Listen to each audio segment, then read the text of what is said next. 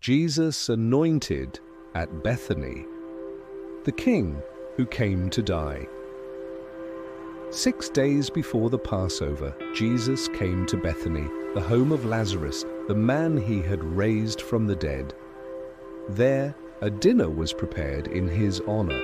Martha served, while Lazarus sat among those reclining at the table with him. Then Mary entered quietly. In her hands, she carried a jar of pure nard, a costly perfume worth a year's wages. With deep love and reverence, she knelt before Jesus, poured the perfume on his feet, and wiped them with her hair.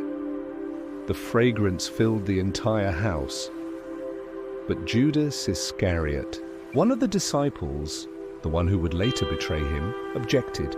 "Why wasn't this perfume sold and the money given to the poor?" he asked. He didn't say this because he cared about the poor, but because he was a thief. As keeper of the money bag, he often helped himself to what was in it. Jesus said, "Leave her alone. She has kept this perfume for the day of my burial. You will always have the poor among you, but you will not always have me." Meanwhile, a large crowd of people heard that Jesus was in Bethany. They came not only to see him, but also to see Lazarus, the man he had brought back from the grave. Because of Lazarus, many were believing in Jesus.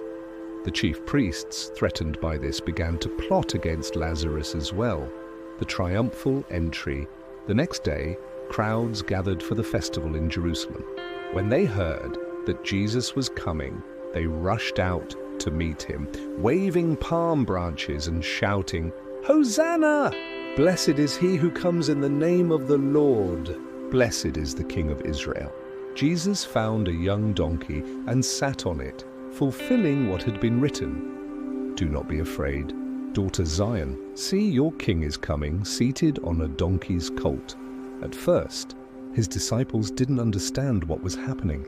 Only after Jesus was glorified did they realize that these things had been written about him, and that they had been part of fulfilling prophecy. The crowd that had witnessed Lazarus being raised from the dead continued spreading the word, and more people came to meet him. The Pharisees said to one another, "This is useless. Look, the whole world is following him." Jesus predicts his death. Among those who had come to worship at the festival were some Greeks. They approached Philip and said, "Sir, we want to see Jesus." Philip told Andrew, and together they went to Jesus. Jesus replied, "The hour has come for the Son of Man to be glorified.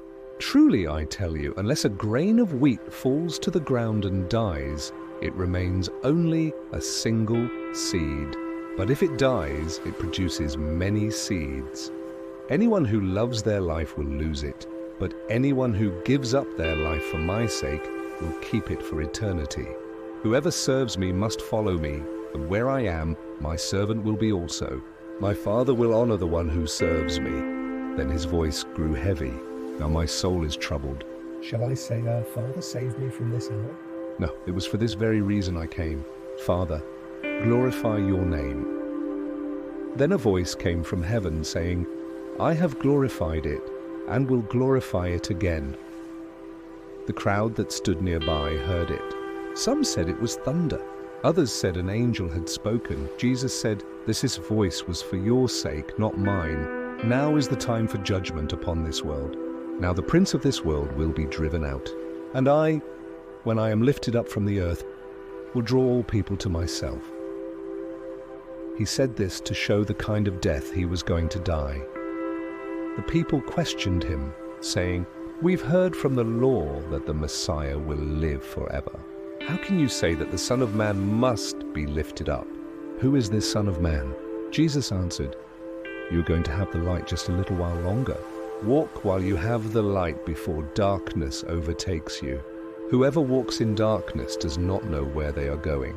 Believe in the light while you have it, that you may become children of light."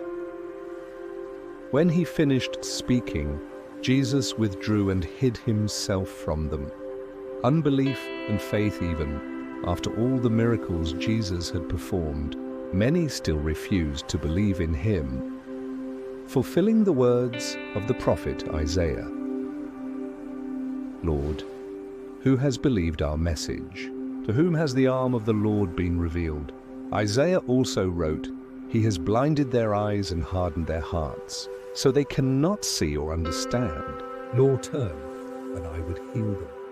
Yet even among the leaders, many believed in him, but fear kept them silent. They would not confess their faith, afraid of being cast out of the synagogue, for they loved human praise more than the praise of God. Then Jesus cried out, Whoever believes in me does not believe in me alone, but in the one who sent me. When you look at me, you are seeing the one who sent me. I have come into the world as light, so that no one who believes in me should remain in darkness. If anyone hears my words and does not obey them, I do not judge them, for I did not come to judge the world, but to save it. Yet there is one who will judge. The very words I have spoken will condemn those who reject me on the last day. For I do not speak on my own. The Father who sent me has commanded me what to say and how to say it. And I know that his command leads to eternal life. Whatever I say is just what the Father has told me to say.